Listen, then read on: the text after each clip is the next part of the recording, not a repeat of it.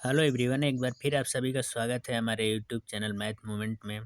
तो आइए देर न करते हुए शुरू करते हैं आज का सेशन। आज का पहला क्वेश्चन है, एक पहिए का त्रिज्या 0.25 मीटर है। 11 किलोमीटर की दूरी तय करने में यह कितने चक्कर लगाएगा। चूँकि यहाँ बात पहिए की हो रही है, तो जैसा कि आप चित्र में देख रहे हैं, जो पहिया होता है वह वृत्ताकार होता है और ये जो पहिया है एक चक्कर में अपने परिधि के बराबर दूरी तय करेगा। तो हम एक ट्रिक का प्रयोग करेंगे यहाँ। जैसे कोई भी पहिए वाला क्वेश्चन होगा तो आसानी से इस पे लग जाएगा।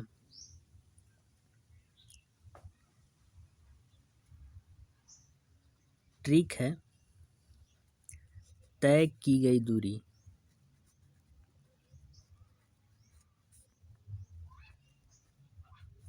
बराबर पहिए की परिधि। चूँकि पहिया वृत्ताकार होता है तो पहिए की परिधि होगी 2πr और गुणते चक्करों की संख्या, जिसे हम n से दर्शाते हैं। n क्या है? चक्करों की संख्या।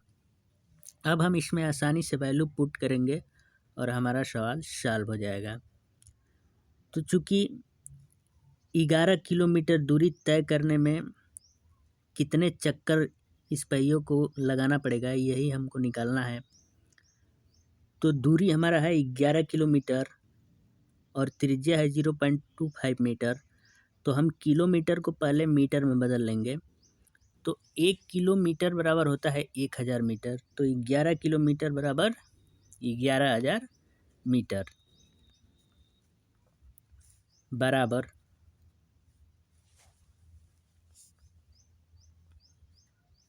2 और पाई का वैल्यू होता है 22/7 और जो हमारा आर का वैल्यू है वह 0.25 मीटर और चक्करों का संख्या हमें ज्ञात करना है।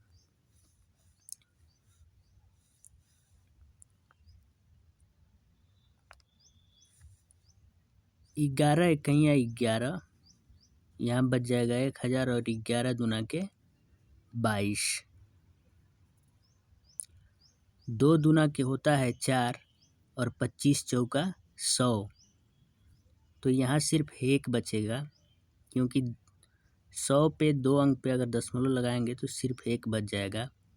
तो हमारा n का जो वैल्यू आता है वो 7 को हम इधर ले जाएंगे तो 7000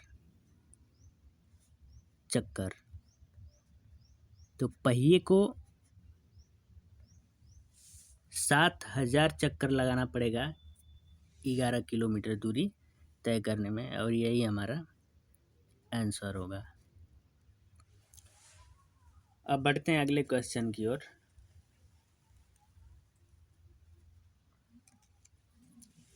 अगला क्वेश्चन है, एक मोटरसाइकिल के पहिए का व्यास 70 मीटर है तथा यह हर 10 सेकंड में 40 चक्कर लगाता है। मोटरसाइकिल की चाल कितनी है? तो जैसा कि हम अगले क्वेश्चन में बताए थे कि जो पहिया होता है वो वृत्ताकार होता है। कैसा होता है? वृत्ताकार होता है। और जो पहिए की परिधि होगी 2πr, वही जो है कि एक चक्कर में तय की गई दूरी की मात्रा होती है। तो जैसा कि यहाँ पे हम परिधि निकाल लेते हैं, तो वृत्त की या पहिए की परिधि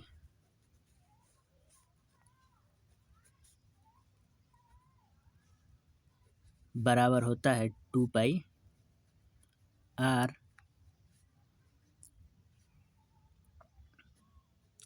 पाई का वैल्यू 22/7 और r जो है, चूँकि यहाँ व्यास है 70 मीटर, तो त्रिज्या इसकी आधी हो जाएगी, यानी कि 35 मीटर। 7 पाँचे 35, 22 दूना के 44 और 44 में 5 से गुणा करेंगे तो 5 चौका 20 को 0 हासिल 2, 5 चौका 20 और 2 22, यानी 220 मीटर। तो पहिए की जो परिधि निकल गई 220 मीटर। तो यहाँ एक कंडीशन दिया हुआ है कि यह हर 10 सेकंड में 40 चक्कर लगाता है। तो 10 सेकंड में लगाए गए चक्करों की संख्या कितनी है?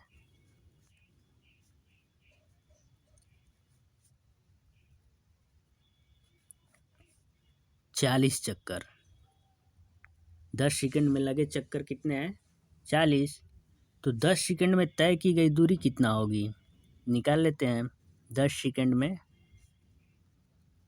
तय की गई दूरी। अब आप ये बताइए कि जैसे कि एक चक्कर में हम दूरी निकालेंगे तो वो वृत्त की परिधि के बराबर आएगी, जो कि 220 मीटर आया है। तो यह एक चक्कर में जो दूरी है 220 मीटर है, तो 40 चक्कर में दूरी निकालने के लिए क्या करेंगे? 220 में 40 से हम गुणा कर लेंगे, तो हमारा 10 सेकंड में तय की गई दूरी निकल जाएगी। तो 2 जीरो लगा लेते हैं। 4 दूना के 8 और 4 दूना के 8। तो 10 सेकंड में तय की गई दूरी कितनी है? 8800 मीटर। 8800 मीटर। और हमको निकालना है साइकिल की चाल। तो अब आसानी से निकाल लेंगे, चूँकि हमको समय पता है। समय कितना है? 10 सेकंड। समय कितना है? 10 सेकंड। और दूरी भी हमें पता है। दूरी जो है 8800 मीटर। तो चाल बराबर सूत्र होता है, चाल बराबर दूरी बटा समय। चाल बराबर दूरी बटा समय। दूरी है 8800 और बटा में समय कितना है? 10 सेकंड। यहाँ 0 से 0 कैंसिल, तो 880 मीटर प्रति सेकंड जो है कि चाल हो गई। चाहे तो हम इसे किलोमीटर प्रति घंटा में भी बदल लेंगे। तो 880 में 18/5 से हमें गुणा करना पड़ेगा इसको किमी प्रति घंटा में बदलने के लिए। तो हमारा आ जाएगा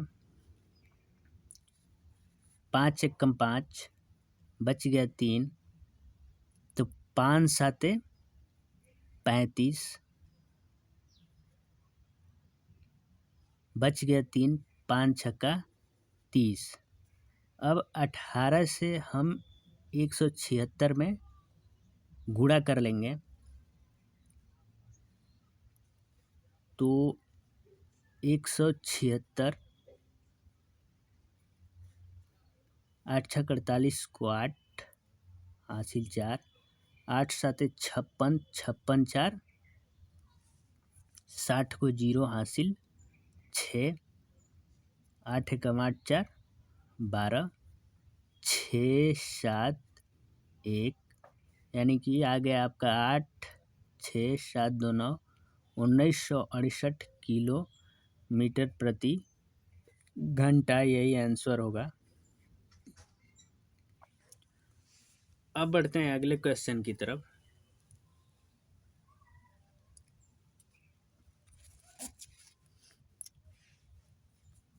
यहाँ पे क्वेश्चन है, एक आयत की लंबाई 7 मीटर तथा चौड़ाई 6 मीटर है। इसके अंतर्गत बने अधिकतम व्यास के वृत्त का क्षेत्रफल कितना होगा? तो यहाँ एक आयत है, एक आयत है। आयत की जो लंबाई है वह है 7 मीटर और चौड़ाई है 6 मीटर। और इसके अंतर्गत अधिकतम व्यास का एक वृत्त का निर्माण किया गया है। इस आयत के अंदर अधिकतम व्यास का एक वृत्त का निर्माण किया गया है। तो आयत का अधिकतम व्यास जो है, जो वृत्त का अधिकतम व्यास होगा वह आयत की चौड़ाई होगी, और आयत की चौड़ाई है 6 और वृत्त का व्यास भी हो जाएगा 6 और 6 का आधा होता है 3, जो कि वृत्त की त्रिज्या हो जाएगी।